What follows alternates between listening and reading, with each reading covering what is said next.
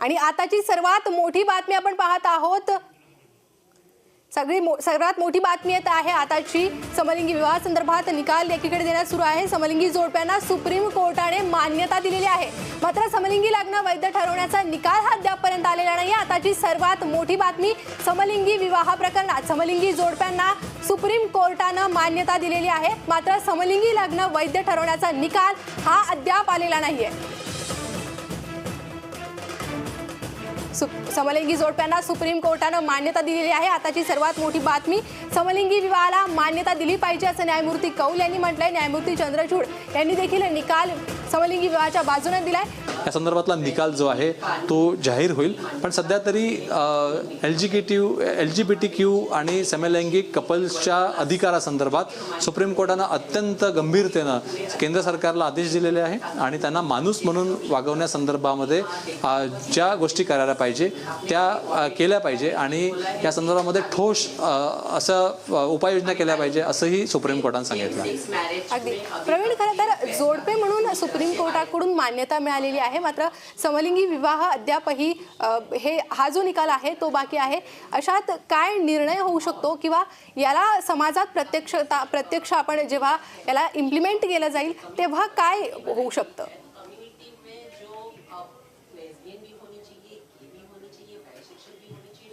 या संपूर्ण प्रकरणामध्ये सुप्रीम कोर्टाने आपल्या मर्यादा पहिलेच जाहीर केलेल्या आहे की ते कुठल्याही पद्धतीने स्पेशल मॅरेज ॲक्ट 1954 मध्ये बदल करू शकत नाही किंवा त्यातला एखादं जे कलम आहे ते ॲड करू शकत नाही, कमी करू शकत नाही। त्यामुळे सरळ निकालपत्रामध्ये हे रिफ्लेक्ट होण्याची शक्यता आहे की हे सगळं प्रकरण संसदेकडे जाईल।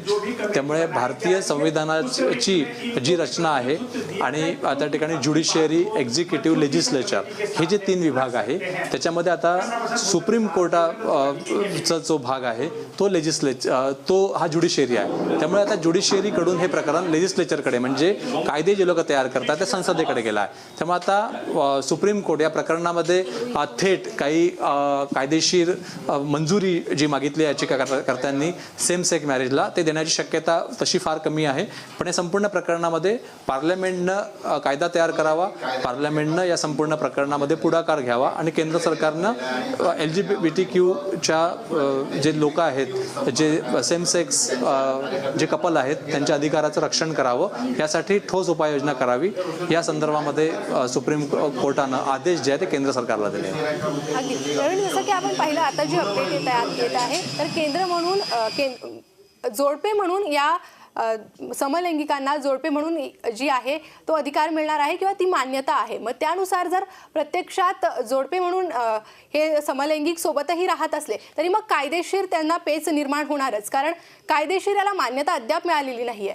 मग अशात या लोकांनी काय करायला हवं किंवा कायदेशीर मग त्यांची बाजू कशी ते मांडतील?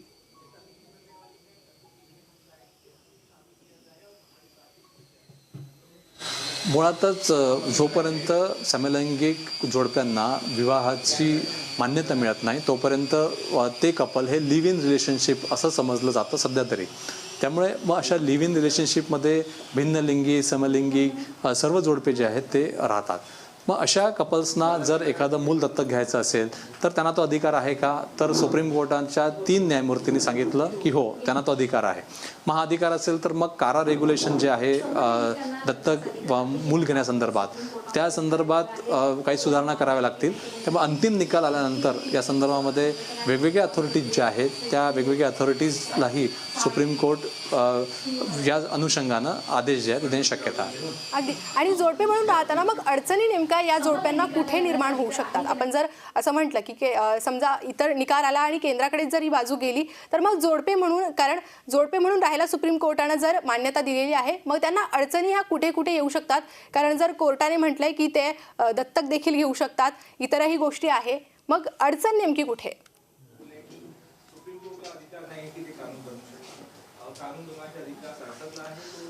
हे सगळं अंतिम जो निकाल आहे या संपूर्ण प्रकरणातला त्या निकालपत्रामध्ये या संपूर्ण ज्या बारीक गोष्टी आहेत आणि जे अधिकार आणि कर्तव्य आहेत नागरिक म्हणून त्याच्यावरती सुप्रीम कोर्ट आपल्या अंतिम निकालात काय म्हणतं तेव्हा हे कळू शकेल। पण सध्या तरी प्रत्येक नागरिकाला घटनेच्या कलम 21 नुसार आपला जोडीदार निवडण्याचा अधिकार आहे, हे पुन्हा एकदा सुप्रीम कोर्टानं आपल्या निकालामध्ये अधोरेखित केलेलं आहे।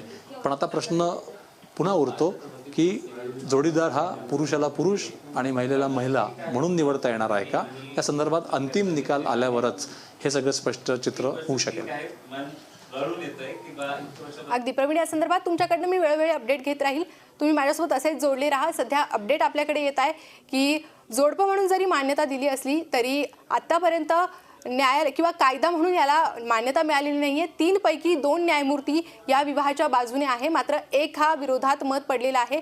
2 मतं अद्यापही येणं बाकी आहे आणि काय निर्णय होणार हे पाहणं अगदी महत्त्वाचं असणार आहे. अंतिम सुनावणी याआधी झाली होती आणि या सुनावणीनंतर निर्णय खरं तर राखून ठेवण्यात आला होता आणि आज पुन्हा एकदा ही सुनावणी होतीये. त्यामुळे या विवाहांना कायदेशीर मान्यता देण्यात येते का हे पाहणं अगदी महत्त्वाचं राहणार आहे आणि याच्यानंतर काय मतं येणार हे देखील पाहणं महत्त्वाचं राहणार आहे. मात्र सध्या तुमच्यासोबत LGBTQ या समुदायाचे देखील लोक आहेत, त्यांनी ही भावना व्यक्त केली आहे. त्यांचं काय सध्या भूमिका आहे ते काय म्हणतायत? मला आश्वासन आहे की मान्यता नक्की भेटणार. LGBTQ या कम्युनिटीसाठी काम करणाऱ्या सारथी ट्रस्टचं असं म्हणणं आहे की केंद्र सरकार जे काम करतं त्याची स्पीड ही सरकारी कामाची एक स्पीड आहे भारतामध्ये.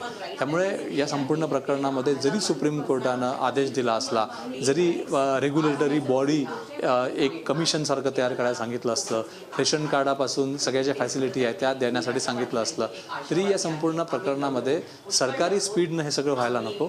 तर हे सगळं माणूस म्हणून प्रत्येकाला जे अधिकार आहे ते देण्यासाठी त्वरित आणि लवकरात लवकर हे व्हावं अशी LGBTQ कम्युनिटीची मागणी आहे. संसदमध्ये होणार आहे तर संसदमध्ये आमचे लोक बस